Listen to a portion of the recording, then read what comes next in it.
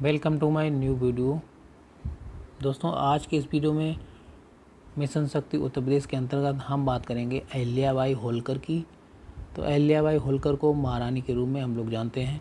अहिल्याबाई होलकर जो थी मराठा साम्राज्य की प्रसिद्ध महारानी तथा इतिहास प्रसिद्ध सूबेदार मल्हार राव होलकर के पुत्र खंडे राव की धर्मपत्नी। उन्होंने माहेश्वर की राजधानी बनाकर शासन किया। अब बात करें इनके जन्म की, तो इनका जन्म हुआ 31 मई 1725 चौंडी में। इनकी मृत्यु 13 अगस्त 1795 इंदौर में हुई।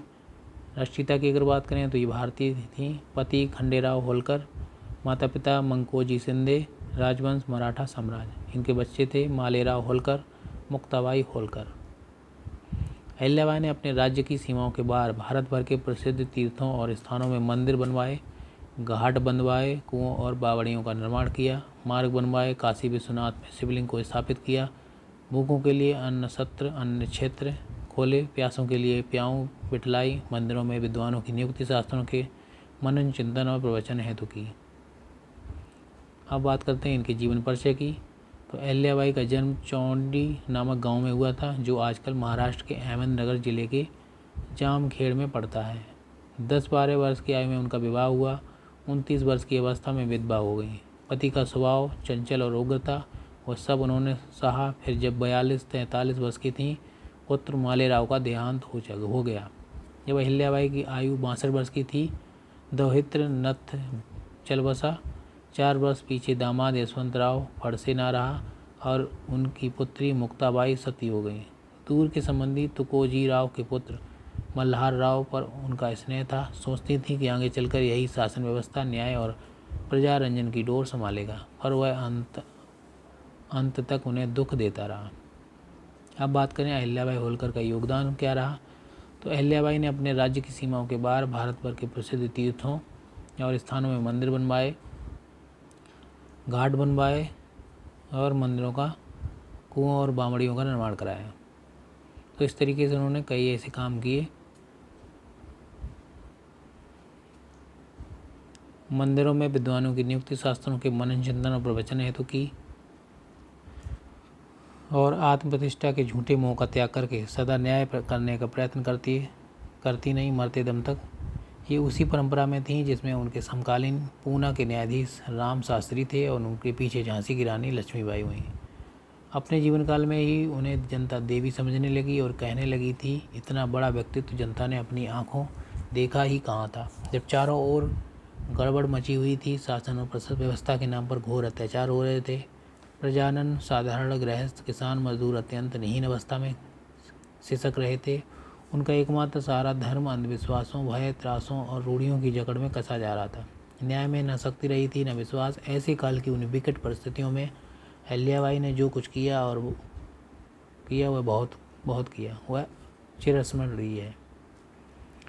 अब बात करें इंदौर में प्रतिवर्ष भाद्रपद कृष्णा चतुर्दशी के दिन अहिल्याबाई महोत्सव चला आता है। अहिल्याबाई जब 6 महीने के लिए पूरे भारत की यात्रा पर गईं तो ग्राम उबदी के पास स्थित कस्बे अकाबल्या के पाटीदार को राजकाज सौंप गईं, जो हमेशा वहाँ जाया करते थे। उनके राज्य संचालन से प्रसन्न होकर अहिल्याबाई ने आधा राज्य देने को कहा, परंतु उन्होंने सिर्फ यह मांगा कि महेश्वर में मेरे समाज लोग यदि मुर्दों को जलाने आए तो कपड़ों समेत जलाएं। अब बात करें उनके मतभेद की, तो उनके मंदिर निर्माण और अन्य धर्म कार्यों के महत्व के विषय में मतभेद है। इन कार्यों में अहिल्याबाई ने अंधाधुंध खर्च किया और सेना नए ढंग पर संगठित नहीं की। तुकोजी होलकर की सेना को उत्तरी अभियानों में अर्थ संकट सहना पड़ा। कहीं कहीं ये आरोप भी है कि इन मंदिरों को हिंदू धर्म की बाहरी चौकियों को बतलाया गया। तुकोजी राव होलकर के पास 12 लाख रुपए थे जब वह अहिल्याबाई से रुपए की मांग कर रहा था और संसार को दिखलाता था कि रुपए पैसे से तंग हो। फिर इसमें अहिल्याबाई का दोष क्या था। अब बात करें हिंदुओं के लिए धर्म की भावना सबसे बड़ी प्रेरक शक्ति रही है। अहिल्याबाई ने उसी का उपयोग किया। तत्कालीन अंधविश्वासों, रूढ़ियों का वर्णन उपन्यास में आया है। इनमें से एक विश्वास था मानधाता के निकट नर्मदा तीर स्थित खड़ी पहाड़ी से कूदकर मोक्ष प्राप्ति के लिए प्राण त्याग, आत्महत्या कर डालना। विचारधारा की अगर बात करें तो अहिल्याबाई के संबंध में 2 प्रकार की विचारधाराएं रही हैं। एक में उनको देवी के अवतार की पदवी दी गई है, दूसरी में उनके अति उत्कृष्ट गुणों के साथ अंधविश्वासों और रूढ़ियों के प्रति श्रद्धा को भी प्रकट किया गया है। वह अंधेरे में प्रकाश किरण के समान थी, जिसे अंधेरा बार बार ग्रसने की चेष्टा करता रहा। अपने उत्कृष्ट विचारों एवं नैतिक आचरण के चलते ही समाज में उन्हें देवी का दर्जा मिला। अब बात करें अहिल्याबाई जो है सेनापति गिरोह में कैसे रहीं, तो मल्हार राव के भाई बंधुओं में तुकोजीराव होलकर एक विश्वास पात्र युवक थे। मल्हार राव ने उन्हें भी सदा अपने साथ में रखा था और राजकाज के लिए तैयार कर लिया था।